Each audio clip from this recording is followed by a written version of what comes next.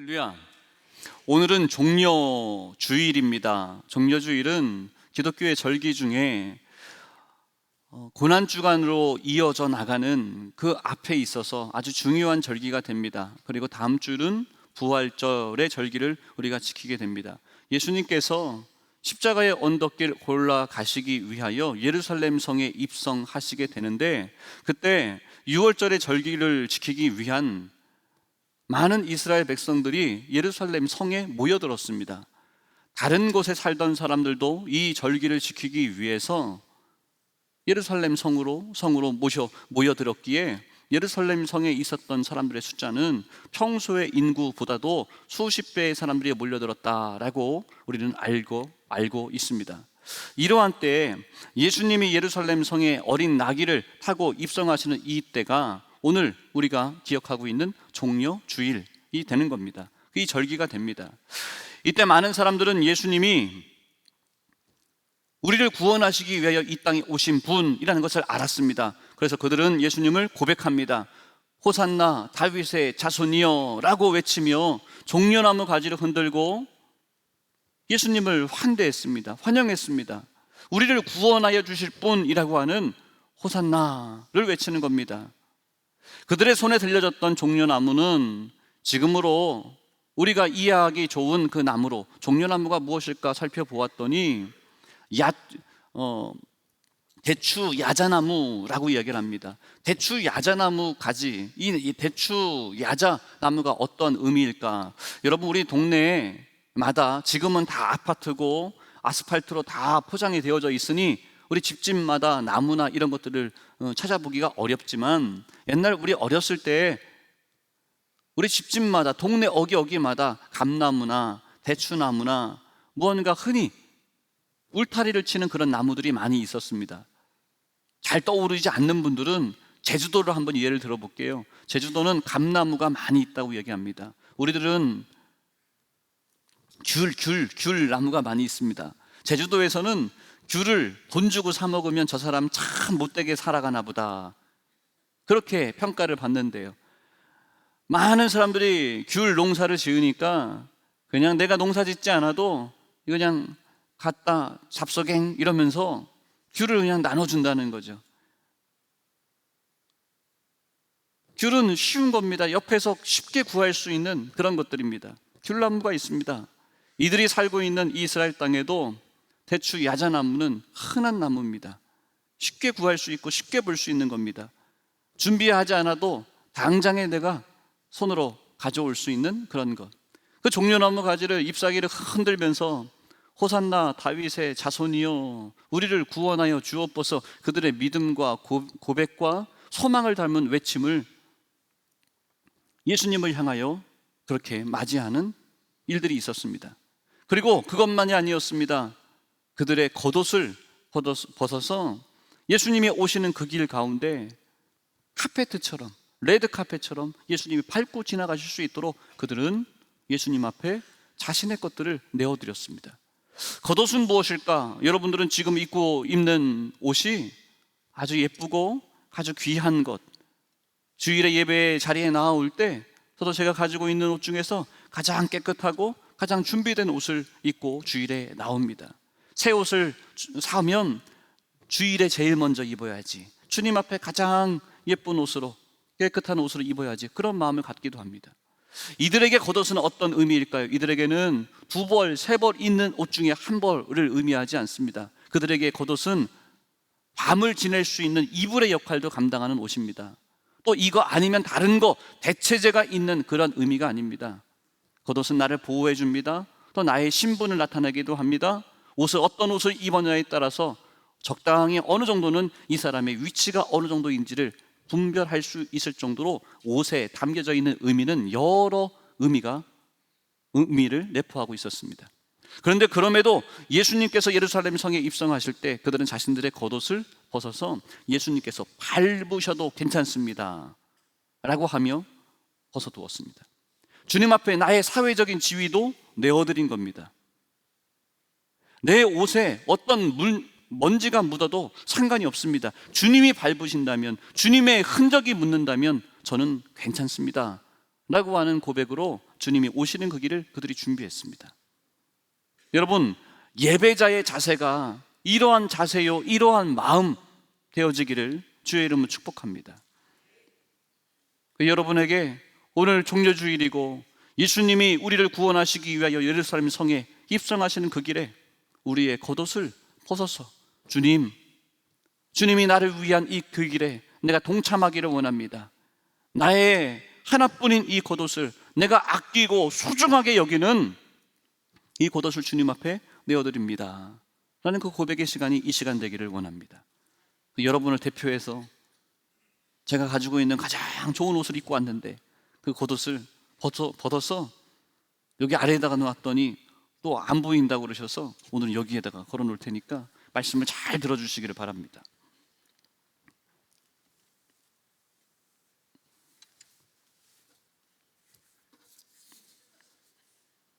잘 보이죠? 그리고 내일부터는 고난주간이 시작됩니다. 예수님께서 감당하신 그 일들을 우리가 새벽과 저녁에 묵상하면서 기도하면서 회개와 또 치유의 시간으로 가지려 합니다. 우리 한 주간 주님이 하신 일에 감사하는 마음으로 우리 온 성도 함께 동참해 주시기를 부탁의 말씀드립니다. 오늘의 말씀은 열왕기 하의 말씀입니다. 열왕기 하에는 오늘 엘리야 목사님, 엘리사 목사님이 등장을 합니다. 근데 이들이 등장하기까지의 그 시대를 우리가 잠깐 살펴보면 이스라엘의 초대 왕이었던 사람이 사울 왕입니다. 두 번째 왕은 다윗입니다. 셋째 왕은 솔로몬입니다. 솔로몬은 하나님이 주신 지혜로 싸우지 않고도 전쟁을 치르지 않고 이스라엘 역사상 가장 넓은 영토, 가장 많은 재물, 외교적으로 국방적으로 내외적으로 가장 단단한 나라를 솔로몬 때에 만들었습니다. 하나님이 주신 지혜였습니다. 그런데 솔로몬이 그에게 임했던 그 지혜와 그 복을 어떻게 사용했습니까? 그가 외교를 잘했는데 외교의 방법으로 결혼을 합니다. 다른 나라의 공주들과 외교적인 결혼을 하는데 한둘과 한 것이 아닙니다. 솔로몬은 예루살렘에 하나님의 성전을 지어드렸습니다. 그 성전 주위로 다른 나라의 공주들과 결혼한 그들의 집들이 둘러싸이게 됩니다. 싸우지 않고도 아주 좋은 위치, 지정학적 위치, 우리 이스라엘이라고 하는 그 지정학적 위치, 지중해 연안에 있는 그 나라를 알고 있습니다. 아래로는 아프리카의 애굽의 길의 통로가 이곳으로 연결됩니다. 북서쪽으로는 유럽의 길이 활짝 열려져 있습니다. 또 오른쪽으로는 페르시아 제국, 블레셋 세 제국들이, 바벨론의 제국이, 그렇게 아시아로 연결되는 그 통로의 길들이 바로 대륙과 대륙을 연결하는데 꼭 이 가나안 땅, 이스라엘 땅, 지중해 연안에 위치한 이 솔로몬의 나라를 지나가야 했습니다.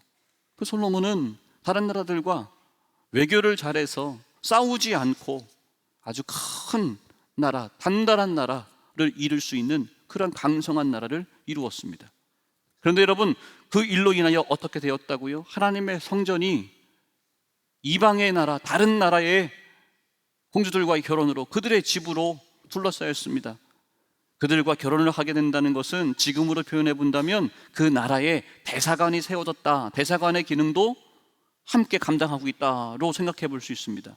대사관은 이우리 땅에 지어졌지만 그 대사관의 건물, 그 땅만큼은 그 나라의 영토로 인정하고 무엇을 하든 간섭할 수 없는 그러한 기능을 가지고 있습니다.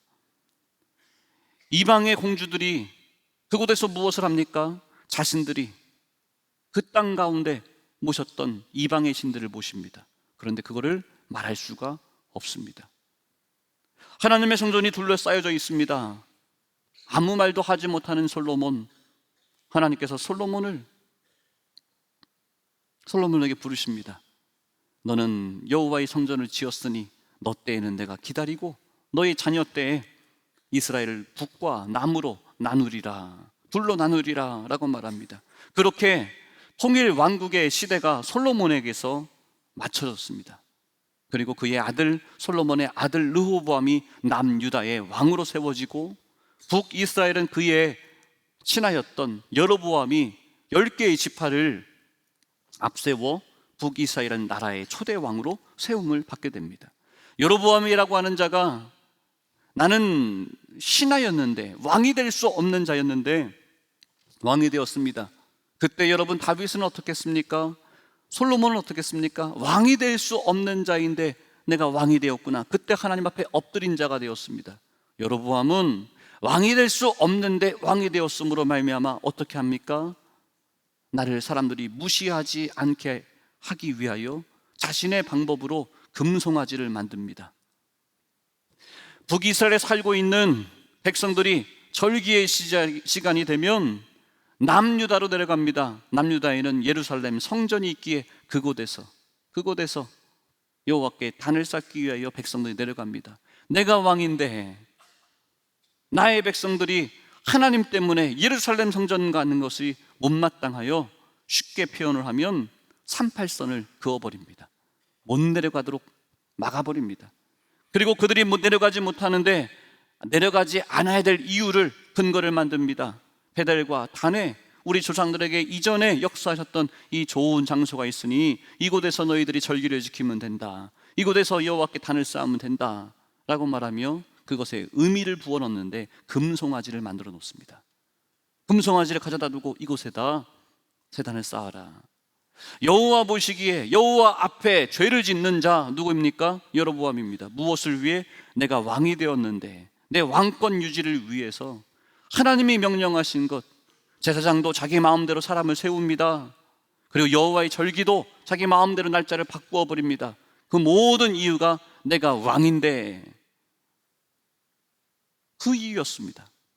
그래서 우리가 열왕기 상, 열왕기 하까지 흘러나오며 하나님의 사람, 하나님의 선지자 엘리야 선지자, 엘리사 선지자에게 이루어지는 하나님의 역사를 비교하여 우리에게 알게 합니다. 왕으로 세움받았으나 내가 왕인데 세상의 왕으로서 살아가는 사람들, 그들의 삶이 어떤가, 그들이 하나님 보시기에 얼마나 악한 삶을 살아가는가, 그들의 삶의 말로가 어떤가, 그거를 이야기를 합니다. 그러나 엘리야와 엘리사는 이 험한 죄로 물들어져 있는 이 나라 북이스라엘과 남유다를 향하여 하나님의 말씀, 하나님의 뜻 돌아오게 하는, 우리가 붙잡아야 하는 것이 무엇인지, 세상의 능력인지 하나님의 능력인지 그것을 밝히 보여주는 그 영적인 전쟁의 일들이 말씀 가운데 기록되어져 있습니다. 이러한 가운데 북이스라엘은 초대왕 여로보암의 죄로 말미암아 계속하여 하나님 앞에 죄를 짓고 또 죄를 짓고 또 죄를 짓는 그러한 죄의 악순환이 이어져 나갑니다. 그러다가 아합이라고 하는 북이스라엘의 왕이 등장을 합니다. 이 아합이라고 하는 왕의 아내가 있는데 그는 바로 이세벨이라고 하는 여인입니다. 시돈의 왕의 딸입니다. 그런데 이 땅은 어떤 땅입니까? 바알을 섬기는, 우상을 섬기는 그 나라의 공주가 아합과 결혼을 하고 왕비가 되었습니다. 이 이세벨은 우리가 성경에도 나오는 음녀의 대명사로 나오는 그 사람이 바로 이 이세벨. 하나님의 나라 이스라엘 땅에 와서 시집을 와서 이는 바알을 섬기게 합니다. 자신만이 아니라 온 나라가 바알로 물들이게 못된 짓을 일삼는 자가 바로 이세벨이 됩니다. 그 아합도 그와 함께 하나님이 아닌 바알을 섬기는데 그를 깨우치게 하기 위하여 하나님께서 엘리야를 통하여 비를 내리시지 않게 하는 그 사건의 말씀을 우리는 잘 기억하고 있습니다.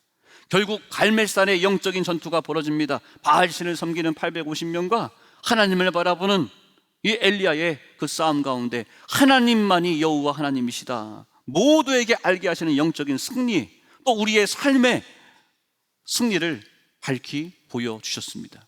엘리야가 붙잡는 것은 하나님의 능력이었습니다.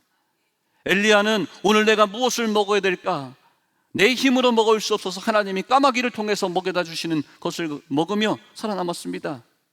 한 번 먹고 죽어야 되겠다, 너무 가난한 한 여인의 아들과 한 번 밥 지어 먹고 이제 죽으려 합니다 라고 하는 그 가난하디 가난한 그 여인의 집을 찾아가서 그것을 달라고 해서 네가 먹어라 라고 하는 말에도 엘리야는 순종하는 사람이었습니다. 그런데 엘리야는 여러분 어떤 사람입니까? 당장 먹을 것이 없는 그 상황 가운데서도 하나님의 능력을 의지하고 하나님의 말씀에 따라 살아가는 사람이 엘리야였습니다. 그런 엘리야에게 엘리야가 엘리사를 부르는 장면이 나옵니다.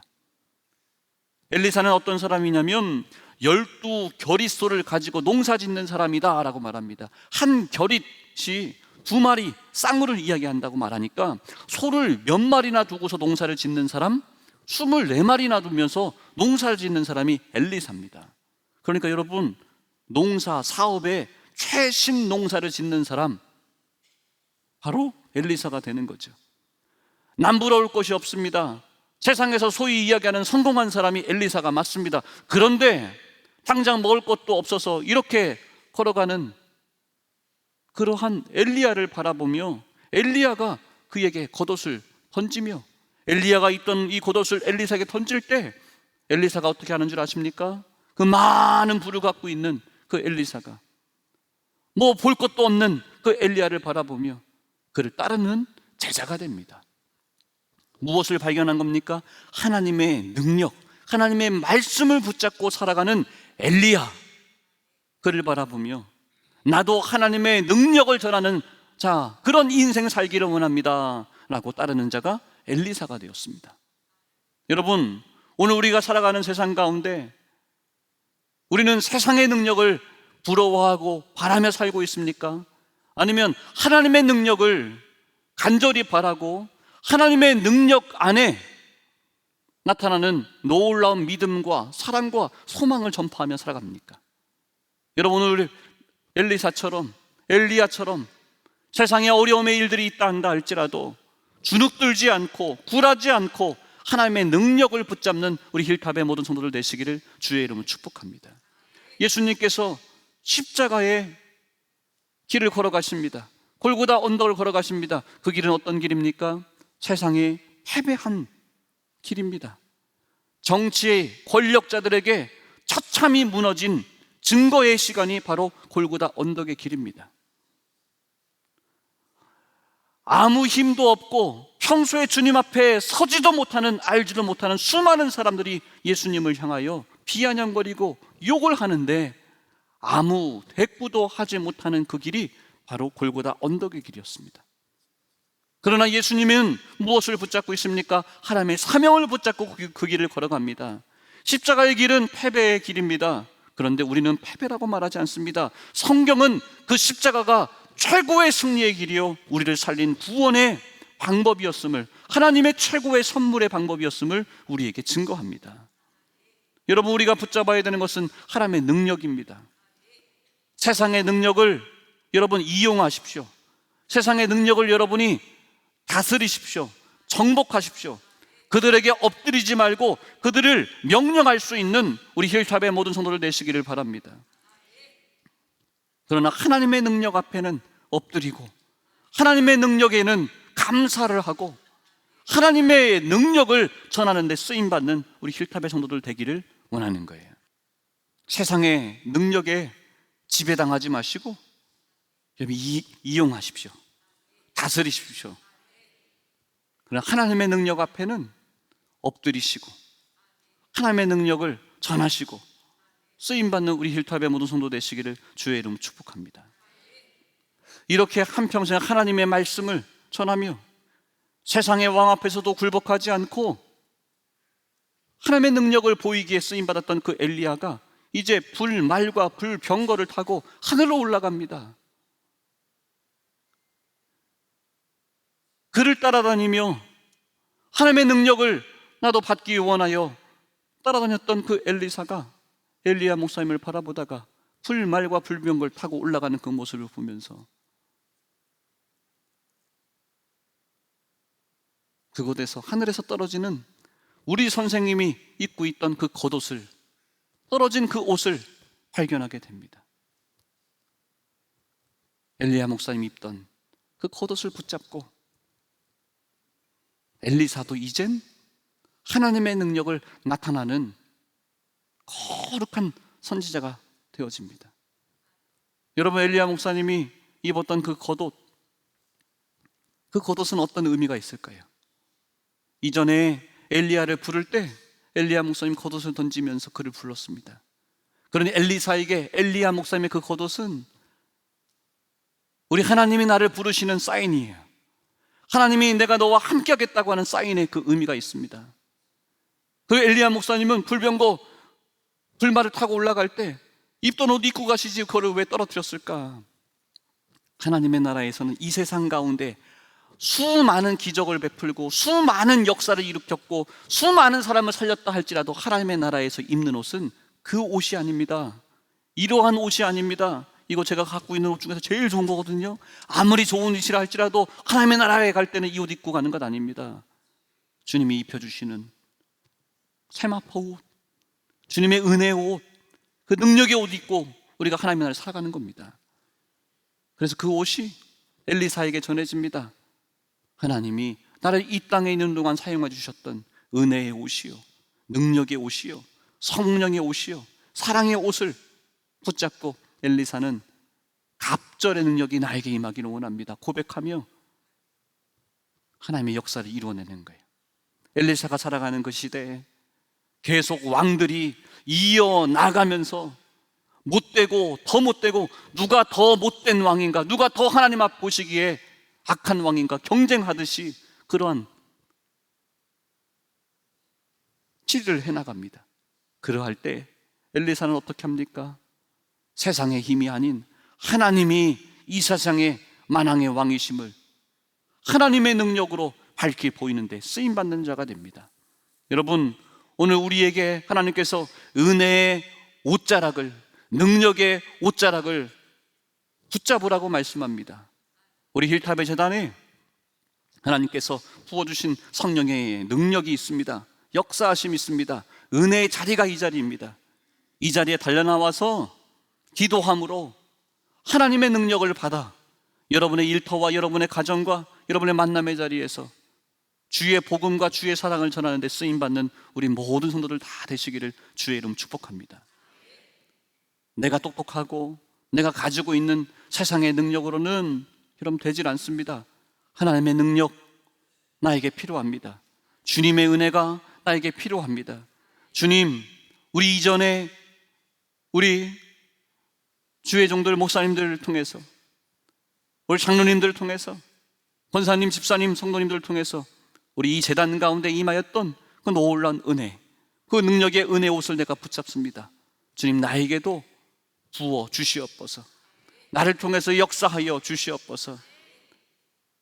주님의 옷자락을 만지기만 하여도 주의 능력이 흘렀던 것처럼, 고침받았던 것처럼 주님, 나의 삶 가운데 임하여 주옵소서.